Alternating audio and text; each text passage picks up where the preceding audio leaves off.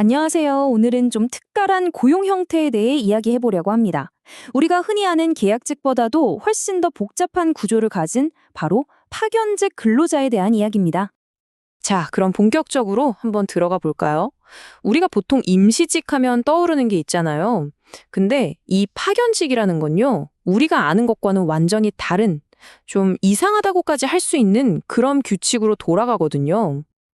자, 이 표를 보시면 뭔가 좀 이상하다는 느낌이 드실 거예요. 여기서 제일 중요한 게 뭐냐면요. 바로 이 분리입니다.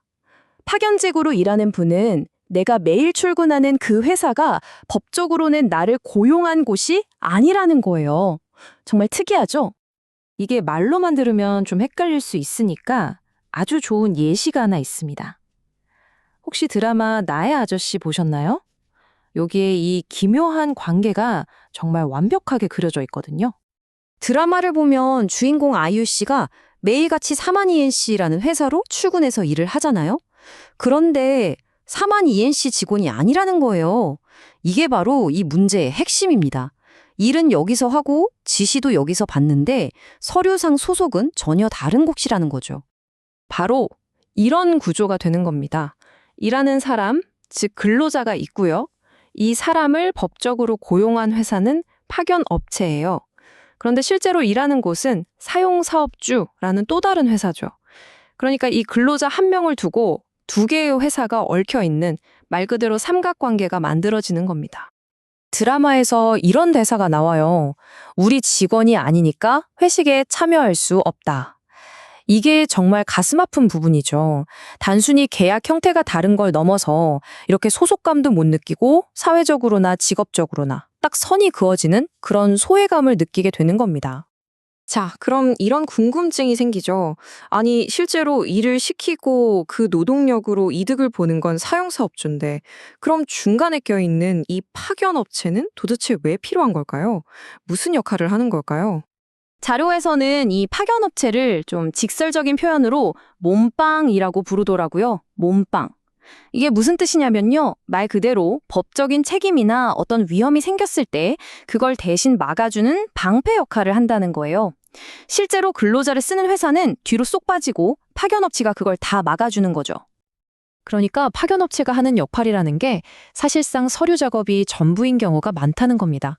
법적으로 우리 직원이라고 등록해주고 월급 주고 사대보험 처리해주고 딱 거기까지. 정작 누구를 뽑을지 면접 보고 매일같이 업무 지시하는 건 전부 사용사업주가 하거든요. 결국 파견업체는 그냥 행정 처리만 해주고 수수료로 받아가는 구조인 거죠. 저희가 참고한 자료를 제공해 주신 변호사님은 그래서 이런 말씀까지 하세요. 이건 솔직히 없어져야 할 제도다.